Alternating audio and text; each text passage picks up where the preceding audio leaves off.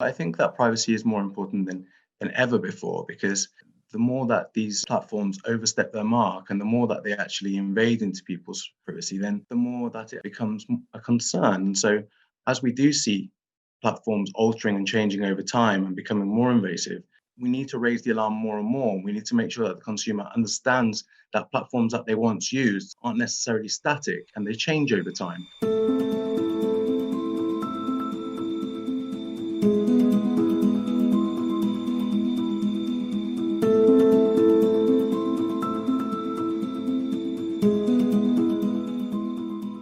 Because you use something daily, you might be more inclined to agree to certain changes to privacy policies just because you've got so used to using the platform and the service that you don't feel like you want to give it up. And that's how they get you, really. The privacy policy does state which data is going to be shared with Facebook, which is the account registration, the phone number, the transaction data, the service-related information, interaction information, mobile device information, IP addresses, and other device-level identifiers.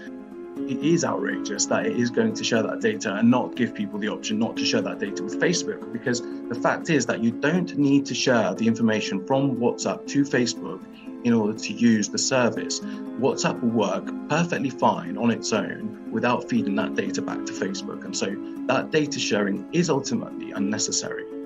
When you use WhatsApp, obviously, everybody knows that it has the end-to-end encryption, which is what makes it so popular, because that means that nobody can access the messages other than the sender and the recipient. And so this isn't going to affect the actual content of the messages. But when you do contact somebody on WhatsApp, obviously there is metadata, which is what this interaction information actually relates to. And that metadata allows WhatsApp to know who you contacted and when you contacted them. And while that doesn't let them see what's in the message, it does allow them to know your circle of friends and who you're communicating with and why. And if you're communicating with companies, then that allows them to also collect that information about which companies you're interested in and which companies you're communicating with and potentially buying from. And that data can also now be passed to Facebook, which of course its primary role is to collect data for marketing purposes in order to serve targeted advertising. So it's very easy to see why it is invasive.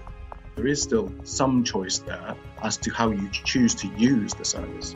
All that people can really do is to limit the ways in which they use the platform. So, in other words, don't use it for making purchases because you don't need to, and instead make purchases by visiting retailers directly on their website to make the purchases there.